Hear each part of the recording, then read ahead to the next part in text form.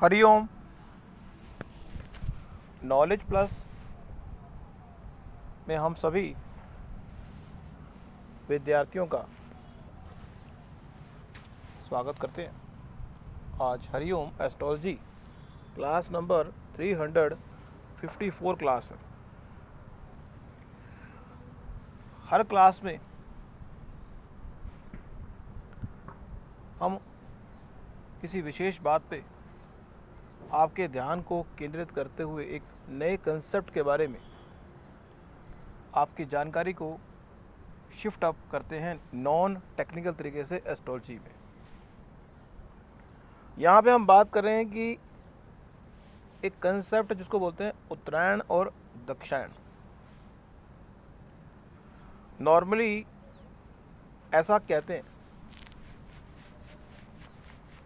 कि जो उत्तरायण है वो देवताओं का दिन है और दक्षिणायन देवताओं की रात है। हमने ये इस बारे में शायद पहले भी हो सकता है बात की हो, लेकिन यहाँ पे हम बात कर रहे हैं कि अगर किसी बालक या बालिका का जन्म चाहे उत्तरायण में हो चाहे दक्षिणायन में हो, लेकिन मृत्यु के बारे में कहा गया है कि व्यक्ति की मृत्यु है वो उत्तरायण में होनी चाहिए। अब इसमें क्या वास्तविकता है ये तो आने वाला टाइम भी बताएगा, लेकिन ऐसा कहते हैं कि उत्तरायण में जब व्यक्ति की आत्मा जाएगी तो वहाँ पे देवताओं का दिन होगा। देवताओं के दिन में अगर कोई व्यक्ति मेहमान बन के आपके घर आए तो उसके स्वागत की संभावना अधिक है। उपेक्षाकृत अगर रात को आए तो उत्तरायण में मरने का लॉजिक ये है। 14 जनवरी से लेके 14 जुलाई के बीच में अगर वो व्यक्ति मृत्यु को प्राप्त करता है, जैसा कि भीष्म पितामह के बारे में कहा गया कि जब तक दक्षिणायन था तब तक उन्होंने मृत्यु को गले नहीं लगाया, क्योंकि उनको जन्म मृत्यु का वरदान था कि वो जब तक ना चाहे तब तक मृत्यु नहीं आ सकती। तो जब उत्तरायण आया तो उन्होंने इस शरीर का त्याग किया। अगले कंसेप्ट पे हम आ रहे हैं कि सूर्य और चंद्रमा। हम आपको दोबारा बता दें कि सूर्य जो है वो अथॉरिटी की बात करता है और चंद्रमा जो है वो सॉफ्ट की बात करता है, कोमलता की बात है। उसमें माँ और पिता में जैसे संबंध है वैसे ही सूर्य जो है जिस भी भाव का मालिक बनेगा उस भाव के संबंध में आपकी जो पावर है वो कंट्रोलिंग की या राजा के समान होगी। राजा स्ट्रेट फॉरवर्ड कठोरता के साथ अपनी बात को मनवाने के लिए कुछ भी कर सकता है। तो जिस भाव में भी सूर्य की राशि आएगी उस भाव के संबंध में आप अथॉरिटी को पाएंगे। अगर मान लो अब अथॉरिटी की जब हम बात करते हैं तो नॉर्मली अथॉरिटी की जब बात होती है तो बोल के द्वारा होती है, मुंह के द्वारा होती है अथॉरिटी की बात जब आती है। अब यहाँ पे ये बात समझाना बड़ा जरूरी है कि अगर अथॉरिटी की बात है और मुंह की बात है, और अगर कुंडली में हम मुंह की बात करें, बोल की बात करें तो कहाँ से देखते हैं? नॉर्मली हम बोल की बात करें दूसरे भाव से देखते हैं। अगर बाय चांस किसी व्यक्ति की कुंडली में दूसरे भाव का मालिक सूर्य बन जाए तो वो अपने बोल के माध्यम से चीज़ों को कंट्रोल करने का प्रयास करेगा। वो राजा की तरह अपनी कमांड कंट्रोलिंग फैक्टर आ गया। अब सूर्य जितना प्रभावशाली होगा, अगर सूर्य दूसरे घर में ही होगा तो निश्चित रूप से कंट्रोलिंग पावर बड़ी जबरदस्त होगी। लेकिन अगर सूर्य अपने घर में नहीं होगा तो भी इंटरनल कंट्रोलिंग पावर तो उस जातक की देखते ही बनेगी। फिर हम ये भी देखेंगे कि सूर्य के घर में कौन से अन्य प्लैनेट हैं, उनका इम्पैक्ट भी पड़ेगा। लेकिन फिर भी इंटरनली सूर्य किसी भाव का मालिक बनता है तो कंट्रोलिंग फैक्टर उस भाव से संबंधित कंट्रोलिंग फैक्टर तो आ ही गया। लेकिन हम कंट्रोलिंग फैक्टर को अगर बोलने के साथ को रिलेट कर रहे हैं तो उस स्थिति में सूर्य का दूसरे भाव का मालिक बनना जरूरी है। लेकिन अगर बाय चांस सूर्य कुंडली में दूसरे भाव का मालिक नहीं बनता, वो पहले भाव का मालिक बनता है, तो व्यक्ति अपनी पर्सनैलिटी को डेवलप करने के लिए खुद पे कंट्रोल करेगा। एक कंट्रोलिंग फैक्टर होगा उसके अंदर कि उसको पता होगा, क्योंकि सोल के माध्यम से पहला भाव आ गया। तीसरे भाव में अगर तीसरे भाव का मालिक अगर सूर्य बन जाए तो व्यक्ति की जो ताकत होगी वो राजा के समान होगी। मीन्स जब वो ताकत का प्रदर्शन करेगा तो लोगों को पता लगेगा कि वो ताकतवर है। वो अपनी ताकत को राजा के समान एग्जीक्यूट करेगा। चौथे भाव का मालिक अगर सूर्य होगा तो व्यक्ति अपनी संपत्ति के संबंध में राजा के समान एक्टिविटी परफॉर्म करेगा। सूर्य चाहे ऊंच का हो चाहे नीच का हो, लेकिन ये इफेक्ट तो आएगा ही आएगा। सूर्य अगर पांचवें भाव का मालिक बनेगा तो उसके बच्चे अथॉरिटी वाले होंगे, कंट्रोलिंग वाले होंगे। छठे भाव का मालिक सूर्य बन गया तो जो जिसको आप सर्विस प्रोवाइड कर रहे हैं वही कंट्रोल करेंगे। या फिर आप ये भी कह सकते हैं कि छठा भाव रोग का, ऋण का, शत्रु का है, तो आप शत्रुओं को कंट्रोल करेंगे। सातवें भाव का मालिक अगर सूर्य बन गया, हम मालिक के बारे में ज़्यादा बात कर रहे हैं। सूर्य का बैठना अलग ही इम्पैक्ट देगा, लेकिन मालिक का जो इम्पैक्ट है वो इंटरनली स्ट्रॉन्ग इम्पैक्ट है, क्योंकि वो इंटरनल इम्पैक्ट है। घर का मालिक होना इंटरनल इम्पैक्ट है, घर में जाके बैठना अलग इम्पैक्ट है, मेहमान बनना अलग इम्पैक्ट है। तो सातवें भाव का मालिक अगर सूर्य होगा तो व्यक्ति बिजनेस करेगा तो पूरी अथॉरिटी के साथ करेगा, राजा के समान ऑर्डर देगा पूरा। और अगर आठवें भाव का मालिक सूर्य बन गया तो व्यक्ति रिसर्च के फील्ड में कंट्रोलिंग फैक्टर के साथ रिसर्च करेगा।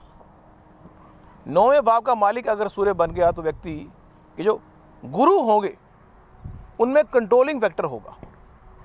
10वें भाव का मालिक अगर सूर्य बन गया तो वो सरकार की तरह ऑर्डर देने वाला व्यक्ति बन जाएगा। 11वें भाव का मालिक अगर सूर्य बन गया तो व्यक्ति लाभ को वितरित करने की बात करेगा तो राजा के समान बात करेगा। मीन्स अगर नेटवर्क सर्कल में वो बात करेगा तो वो हमेशा इस बारे में बात करेगा कि नेटवर्क सर्कल का वो हेड होगा। 12वें भाव का सूर्य मालिक बन गया तो व्यक्ति की पहचान जंगल में भी होगी। जंगल में भी चला जाए तो उसकी पहचान होगी। तो ये सूर्य के बारे में हमने बात की। अब सूर्य अगर पीड़ित हो, क्योंकि जो कुंडली में अगर हम 12 प्लैनेट की बात करते हैं, टॉपिक को थोड़ा चेंज कर रहे हैं, सूर्य अगर पीड़ित हो या सूर्य को ताकतवर करना हो, सूर्य को ताकतवर करना हो तो रतन धारण कर लो, और सूर्य पीड़ित हो तो दान देना शुरू कर दो। अगर ताकतवर करना है तो रतन धारण कर लो। 3.25 रत्ती का माणिक्य, दाहिने हाथ की अनामिका उंगली किसकी है? सूर्य की है। सूर्य को अच्छा करना हो तो प्रतिदिन सूर्य को जल अर्पित करो। गेहूं का दान देना, मीन्स अगर सूर्य पीड़ित है तो सूर्य से संबंधित चीज़ों का दान दे। सूर्य को स्ट्रॉन्ग करना है तो सूर्य का रत्न धारण करें।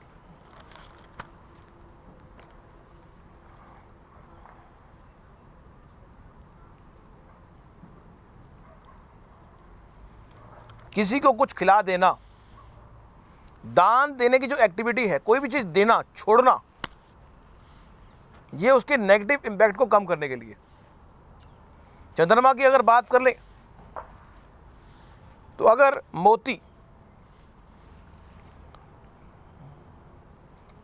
शुक्ल पक्ष और कृष्ण पक्ष, शुक्ल पक्ष के सोमवार के दिन प्राण प्रतिष्ठा, ये बात भी हमने पहले बताई थी आपको कि कोई भी रत्न अगर आप धारण कर रहे हैं तो उसकी प्राण प्रतिष्ठा कराने के बाद ही रत्न धारण करना चाहिए।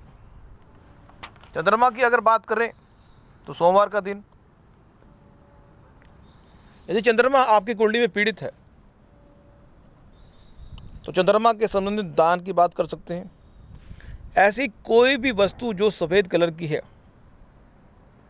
उसको दान देने से चंद्रमा के नेगेटिव प्रभाव से हम बचने का प्रयास कर सकते हैं। मंगल की बात करें तो अगर मंगल के प्रभाव को स्ट्रॉन्ग करना हो तो मूंगा, सोने की अंगूठी में मूंगा, अनामिका उंगली जो है सूर्य ग्रह की उंगली है, लेकिन वहाँ पे सूर्य ग्रह और मंगल ग्रह दोनों का काम हो सकता है।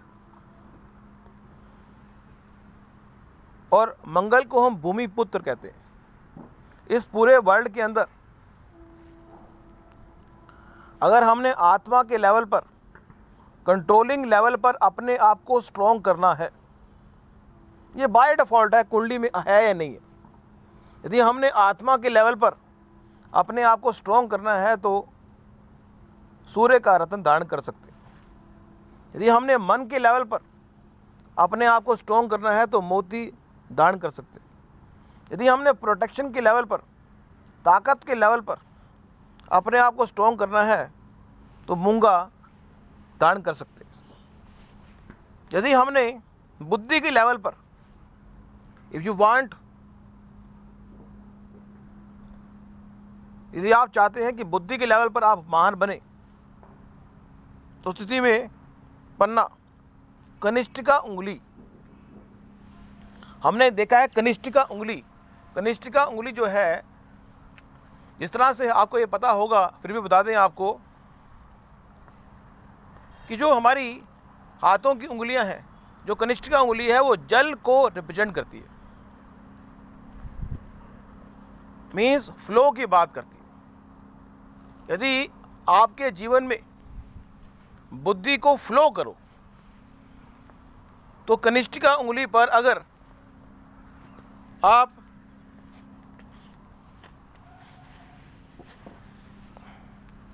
पन्ना, रत्न धारण कर लें तो बुद्धि के लेवल पे आप स्ट्रांग हो सकते हैं। आप एक टीचर हो सकते हैं। गुरु की बात कर लें, गुरु के लिए विष्णु भगवान की पूजा करना या गुरु को और पावरफुल करना हो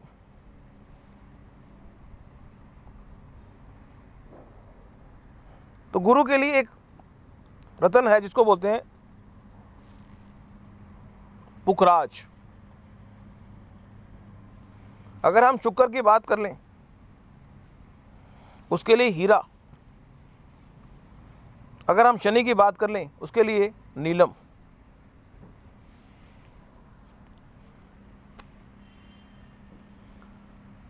अब जब हम रत्नों की बात करते हैं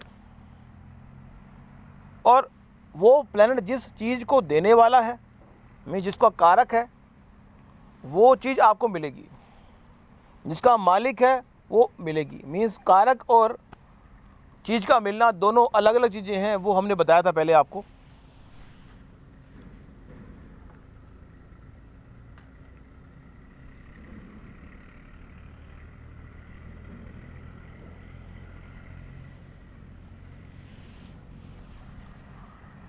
राहु और केतु के संबंध में भी हम अगर चाहें तो जो रतन है उसको धारण कर सकते हैं।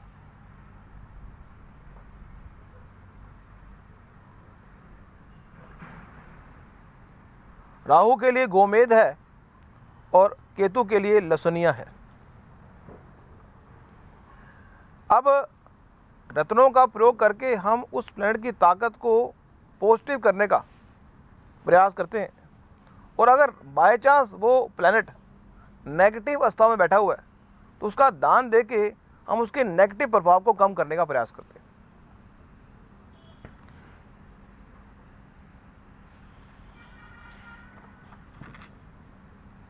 तो आज की इस टॉक में इतना ही। नेक्स्ट टॉक में कुछ और जानकारी देंगे। Thank you so much.